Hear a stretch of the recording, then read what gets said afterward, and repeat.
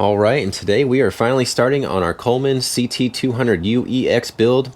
I bought this frame off the marketplace for 50 bucks about a year ago, and I feel like it was a pretty good deal. It did have almost brand new tires front and rear, some 19-inch mud tires, has the Pro Taper bars on it.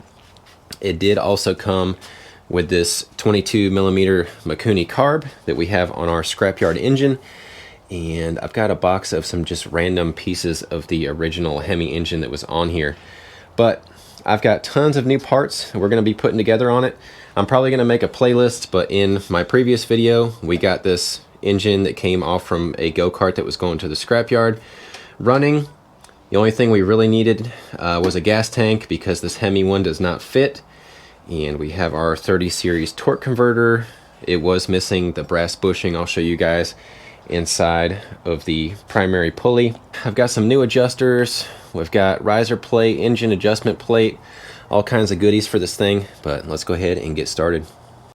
Alright, so first thing, I want to go ahead and get the engine basically all prepped and ready to go in. So we are going to go ahead and take our temporary fuel tank off. Alright, pop the fuel lines off. I wanted to get the tank mounted up and basically the engine all set because I feel like we're going to be running into clearance issues trying to fit the tank in the frame. And easy peasy on the tank, two 10mm nuts on the front, 8mm bolt on the back, and then just running the fuel line. That was pretty much all I was waiting on for this engine, and everything looks good. We'll probably have to do one more flush on this oil since it was pretty nasty in there. That'll be our fourth oil change. But we'll go ahead, jump on this frame now, and see about getting our riser set up and getting this engine stuffed in there. And I did mock up this frame a while back when I got done with the painting, so I'll show you guys basically what I had. I have the riser plate because once you run the torque converter on here, we got to bring it up off the frame. And I also have one of the engine adjustment plates on here. That way we can go front to back and side to side and get our chain alignment all set. So at this point, we pretty much just need to drop in our four bolts. And now we've got our plate set up.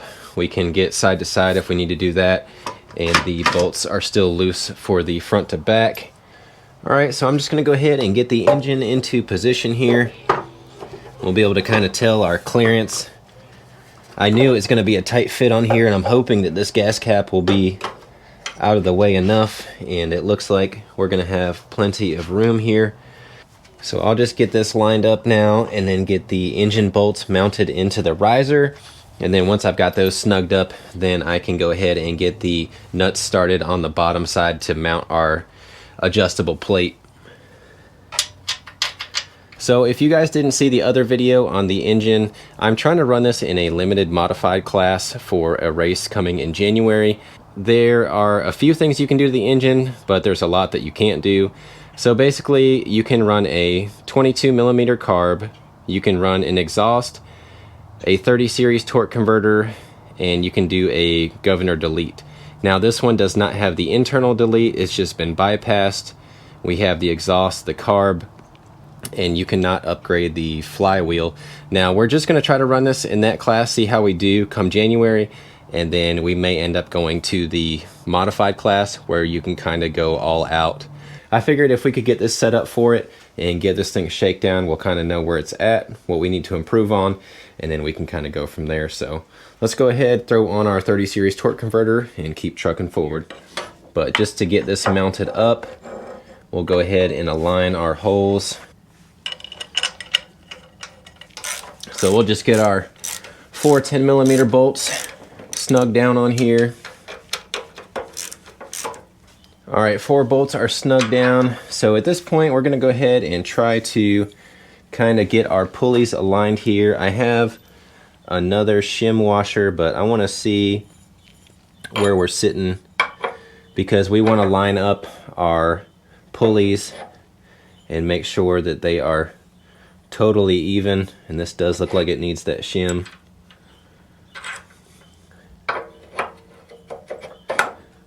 All right, I got the alignment just right on here. So at this point I can put in that brass bushing that was missing on here, and then we can put on our belt.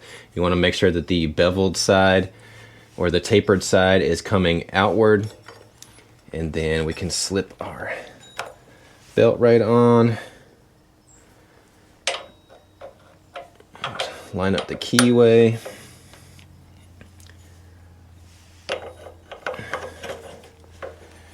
That on, face.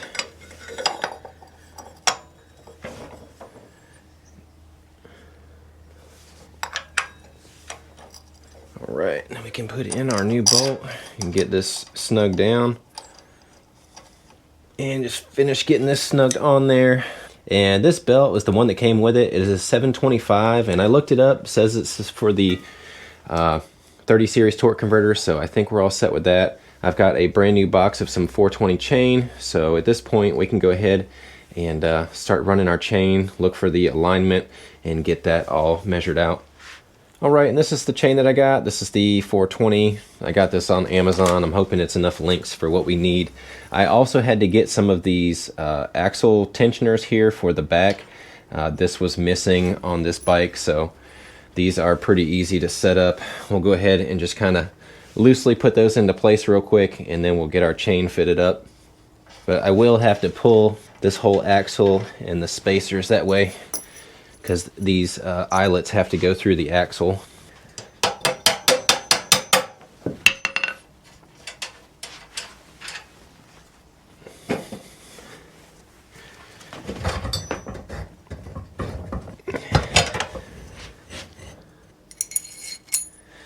So we just got to slide this one all the way through on this side, feed it through, put my spacer in.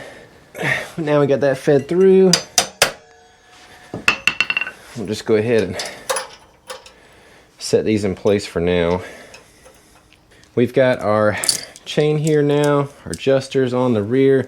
Now I have slid the engine all the way back and moved the wheel all the way forward. That way if we get some stretch on this chain, which normally you do, then we have room for adjustment on here. I'm just going to feed this through the sprocket on our torque converter.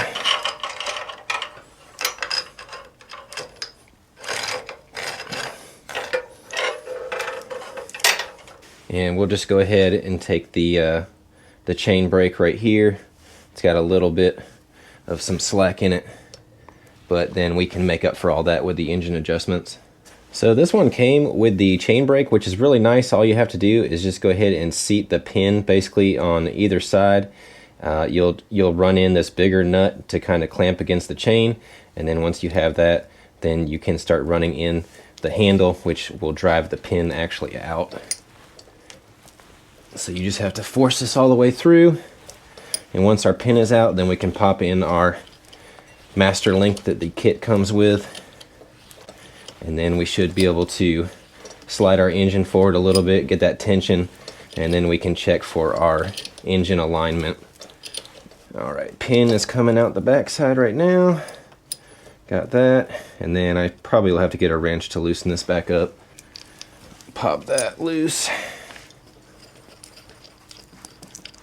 Alright, pop our chain out. Then we've got our new master link here. Put our front plate on there, and then we just need to snap in our clip, but make sure that it is going the direction your chain is, because that will help it from getting caught and popping off and you losing your chain. Now we should be able to take up that slack with our engine, and we are looking good there. So now we can check for alignment. Alright, I did want to point out as well, this is what I was talking about with the master link. You want to just make sure that the curved portion is faced in the direction that the chain's going. Now I did go ahead and get the adjusters set on here on the rear axle tightened down. We've got a little bit of some play in our chain here, and I'll show you guys the alignment. Hopefully you can see that, but everything is nice and aligned. I've got the engine, the adjustable plate, everything snugged down on here, and we are looking good. So I think the next thing I've got to do is just throw the throttle on here and put some zip ties on to kind of get the cables out of the way, and then we should be ready to crank this thing up. And this bike came with the thumb throttle. We did already use this when we mocked up that engine, so sliding this on the bar. If I have to make some adjustments, I will. It's just an 8mm, and then we can go ahead and just put our slide back into the carb. But I've got everything routed out of the way here, no binding. Brake cable here is going to be out of the way. Throttle cable looks good. I did sit on it and just double check the position, make sure that our throttle was moving. This handle grip that I had, the inner lip here was in the way of the throttle, so I did trim that off a little bit. I'll probably clean it up later, but everything else is looking good. I did check to make sure that the brakes were working, and I've got this little cheap air filter on here for now. So we can go ahead and gas this up now and take it for its maiden voyage. I am pretty pumped up for this. Been waiting to run this bike for over a year. No, this isn't kerosene. I keep my non-ethanol in this blue can, but this is some 89 non-ethanol. Just put a little bit in here. We'll do it all on here, cold start, see how it does. Now, if you guys saw the other video, the jet in here, I can't remember what the Pilot was, but that one was stock, and so was the main. I think it was a 98 main, so we're probably going to have to put a bigger main in here, but it did seem to run okay, but under a load we'll see, and if we have to change jet sizes, then we'll go ahead and do that. So we'll go choke on, make sure we're not hitting anything here.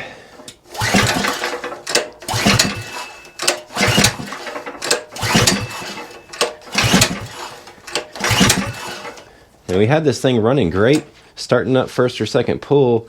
We've got fuel coming out of the line. I'll check that real quick just to make sure that our new tank is actually feeding fuel. And now we got plenty of gas. It did actually seem like it was kind of stopped. Maybe there was an air pocket in there. All right, see what it does for us now. Choke back on.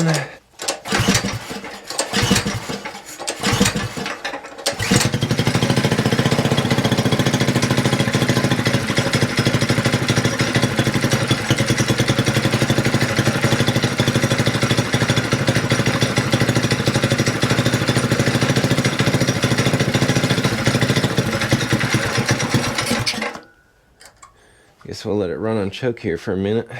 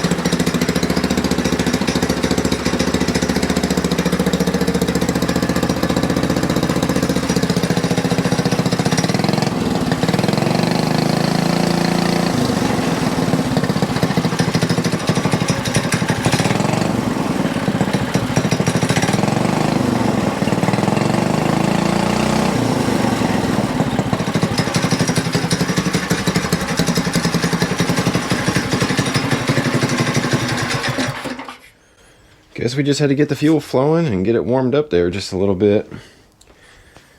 We'll see if it'll start right back up this time. The CVT looks like everything's working good. Our chain alignment looks good.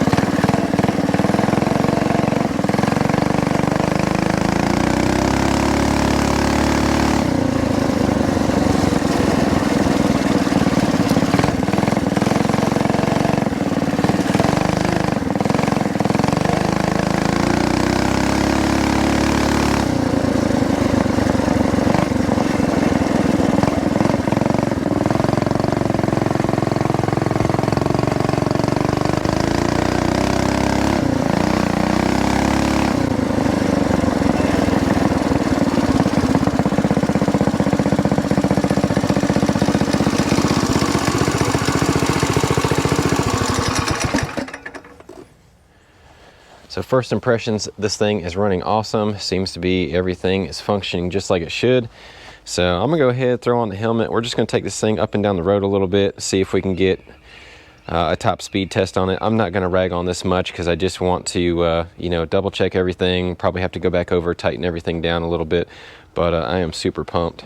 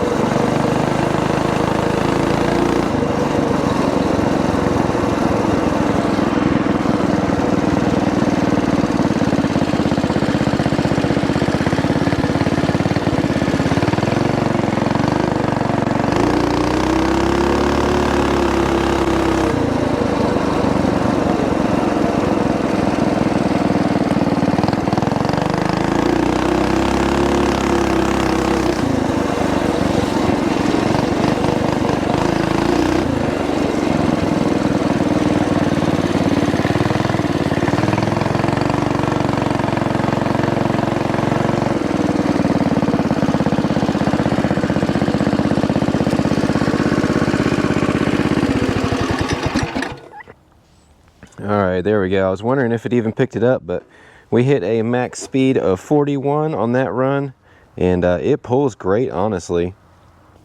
All right, and I gotta say it again, I am just super excited to have this bike up and going. It's maiden voyage, we hit 41, everything seems to be working great on here.